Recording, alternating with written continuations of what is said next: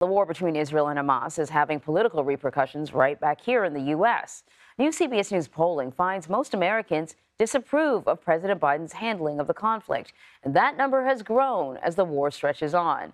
That could be a big difference, or rather make a big difference, in a state like Michigan. It's a swing state where some 200,000 Muslim Americans live. As Ed O'Keefe reports, the president's steadfast support for Israel threatens to cost him votes that he'll need next year. 23-year-old Adam Abu Saleh's concerns about President Biden are an alarm bell for Democrats. He's killing our people. 4 years ago, he campaigned for the president, urging neighbors in predominantly Arab-American Dearborn, Michigan, to vote against Donald Trump. If you were to ask me 2 months ago if I was going to vote for Joe Biden, yeah, I would have held my nose and voted for him. He's worried about the health of the economy. But now, as the administration continues standing by Israel's deadly attacks on Gaza, Free, free Palestine! Free, free Palestine! Abu Saleh says he and his community can no longer support the president. The same way that they're being silent right now in the face of injustices, we're going to be silent in November 2024. Abdullah Hammoud is Dearborn's first ever Arab-American mayor and says for many here, the Israel-Hamas war is deeply personal. We have some residents who've lost entire families. A Democrat, the mayor credits legislation signed by the president for pumping tens of millions of dollars of federal aid into his city. The domestic policies that President Biden has achieved have been nothing short of phenomenal. But he has his own strong views on what's happening in Gaza. You cannot overlook the genocide that's taken place, and you have to weigh that on a scale. What is your view on how President Biden has responded to what happened on October 7th? I think it has been awful. Holding Michigan is key to a Biden victory in 2024. 146,000 Muslim Americans voted here in 2020, with nearly 70% nationwide going for the president. But Abu Saleh warns the anger here could cost the president the election. So then what will the people do? Stay home? No, we're going to go vote, but we're going to keep the top of the ticket empty. You would skip voting for president in 2024? Yes. Even if it meant Donald Trump might win the presidency? If you were to tell me that my vote would be the vote whether Biden wins in Michigan or not, I will still not vote for Biden. It's that much of an issue for you?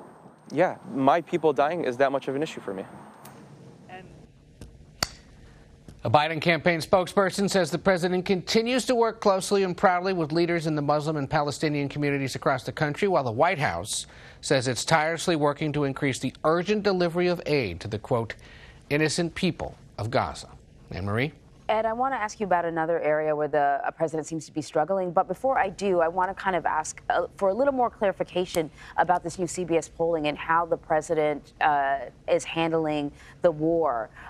We certainly see the perspective there in Michigan, but the poll indicates that the majority of people are disapproving of how he's handling the war. I mean, is it on both sides that some think he's not doing enough, some think he's doing too much? Yeah, I mean, that's essentially it. And, you know, disapproval has increased since we last asked the question in October, shortly after the conflict began.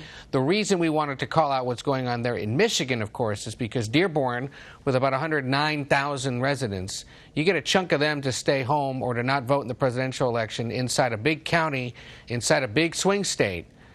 You could be throwing the election by just not having that collection of people vote. And there are all sorts of examples of how that could happen in the various swing states across the country where these presidential elections now are being won by just 4 or 5 figures. If you can't turn out the right number of people, the red or blue team, you're going to end up losing. And so it was, in essence, it's an alarm bell, an early one, for Democrats if you're looking for people to turn out. So, of course, this is coming on top of, problems that the president has been having in terms of how he's been approaching the economy. 62% of people say they disapprove of his handling of the economy, even though all signs seem to point to that ever-elusive soft landing that we hope to get, bringing down inflation. Everyone gets to keep their jobs. What's going on? Why don't people feel what the president continues to try to sell? Right, and it's the subject of a $25 million ad campaign the president is now running in swing states to focus on the economy, and they're doing an interesting thing. It stars, quote-unquote, real people. You don't really see the president talking about how the economy is doing. You hear from people who say, insulin prices have gone down or my prescription drugs have gone down in cost. And that's driven in part by a number in the poll that sticks out to a lot of us. It says that most Americans now believe it's their own personal experiences or those of people they know that drive their opinions of the economy rather than our reports about a lower unemployment rate or the inflation rate coming down. Here it is. Look at this. If your own experiences suggest negativity, that's driving your negative perception of the economy, more so than they're down at 66% national data.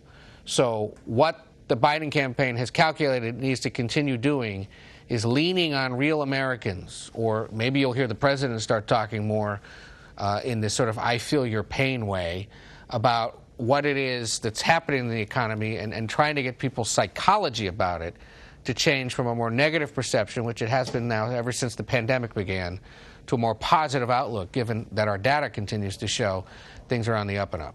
All right, Ed, thank you very much.